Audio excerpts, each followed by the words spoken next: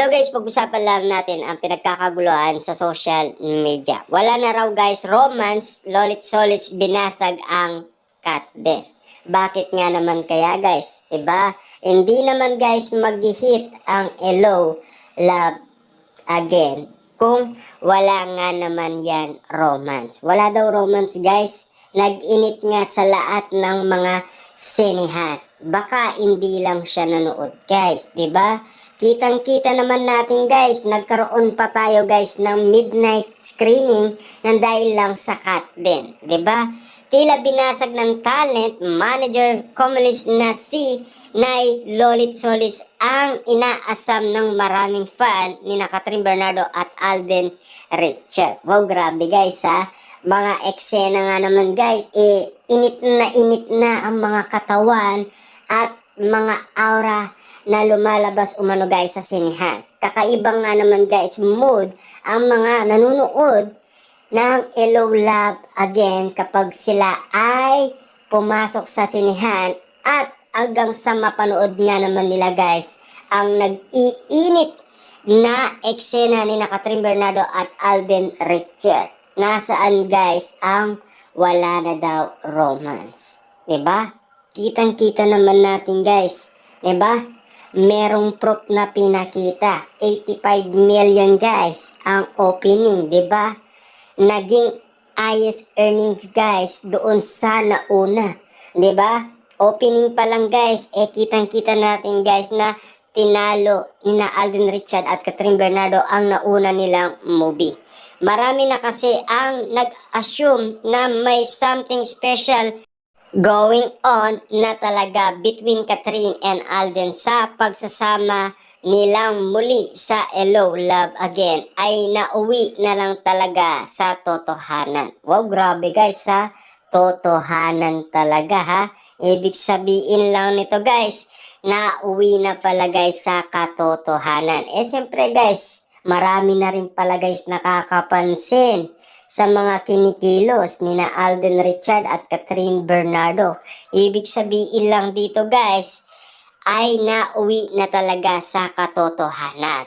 Pero sa Instagram post ni Nay Lolit, kung ikaw ay isa sa nagdarasal na sana sila na nga, tiyak na malulungkot dahil tansyang sinabi ni Nay Lolit na walang romantic thing sa dalawa. Sa niya, ang galing naman na parang kilig na kilig ang lahat sa mga happenings nila Alden Richard at Catherine. Imagine mo na kahit alam nila na walang romantic thing between the two, basta't para lang sa kanila. O grabe guys ha, wala daw romantic, pero merong romantic guys, di ba? Ang dami kaya guys nanonood, di ba? Hindi lang siguro napansin guys ni Nanay Lolit Solis guys ang mga nangyari, 'di ba?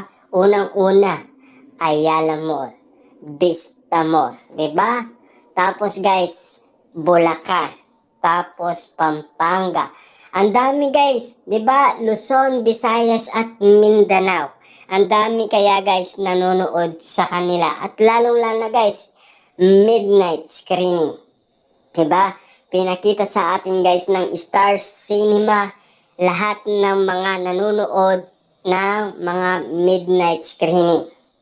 At meron pa nga sila guys, kanya-kanyang kwento. At lalong-lalo na guys, talagang ang iba natutulog pa sa kakaintay umano guys. Diba? Nagpuyat dahil siyempre, makikita mo nga naman guys na napakaganda ng movie ni Alden Richard at Catherine Bernardo na talagang iinit ka guys sa eksenang mapapanood mo sa kanila. Lalong-lalo na guys, yung ending nga naman, di ba?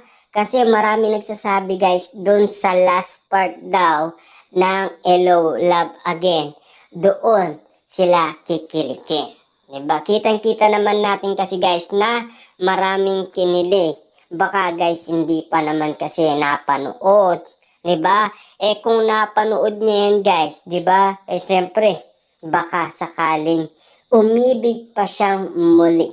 Diba? Lalong-lalo na guys, maraming nakakapansin na baka sila ay umibig din muli sa kakapanood guys ng Hello, Love Again. Kitang-kita naman natin kasi guys kung ano ang nangyari kay Joy at Ethan.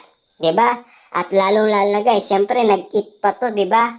Kahit na guys sinasabi ni Catherine Bernardo na natatakot sila na mapaiya daw, baka hindi makaya ang naunang movie nila na Hello, Love, Goodbye. Pero kitang-kita naman natin guys na kinaya, 'di ba? Nabanggit din ni Nay na sana raw matupad ang pangarap ni Direk Lino na maidirect ang dalawa sa isang bandang ngayon, November 13, na ang first day showing ng Hello, Love Again. Balita namin ay mahit 20 million na ang sales ng movie sa pre-selling pa lamang. O, tignan nyo naman guys, no? Grabe na yun. Tapos, wala daw romance ang cut din. Samantala guys, yung mga nanonood, nag-iinit habang nanonood sila. Dahil, kanya-kanya nga naman sila guys post sa iba't ibang social media platform. Ang iba nga naman guys, para daw silang nag-iinit ang mga katawan nila sa kapapanood dahil ang energy na nga naman guys na pinakita ni Catherine Bernardo at Alden Richard talagang pambihira dahil nasaksihan nga naman nila guys ang mainit na eksena hindi pa nila guys nakita na ginawa ni Catherine Bernardo kay Daniel Padilla. 'Di ba? Kitang-kita naman natin guys na ito ay pinag-uusapan na naman ng mga netizens at mga fans ang napanood nilang eksena. At kinukumpara na naman guys nila ang kanilang nasilik. 'Di ba? Kasi kakaiba nga naman kasing eksena. At kakaiba sa kanilang mga mata ang ginagawa ni Catherine Bernardo na hindi niya pa guys ginagawa kay Daniel Padilla. Siyempre guys, yan ang transformation na pagbabagong nangyari kay Catherine Bernardo. Kasi nag-matured na nga naman kasi siya, 'di ba? Siyempre sa tulong din naman guys ni Alden Richard. Kita niyo naman guys, siya pa mismo ang nagturong magmaneho siya ng sasakyan. 'Di ba? Gumaling naman si Catherine Bernardo.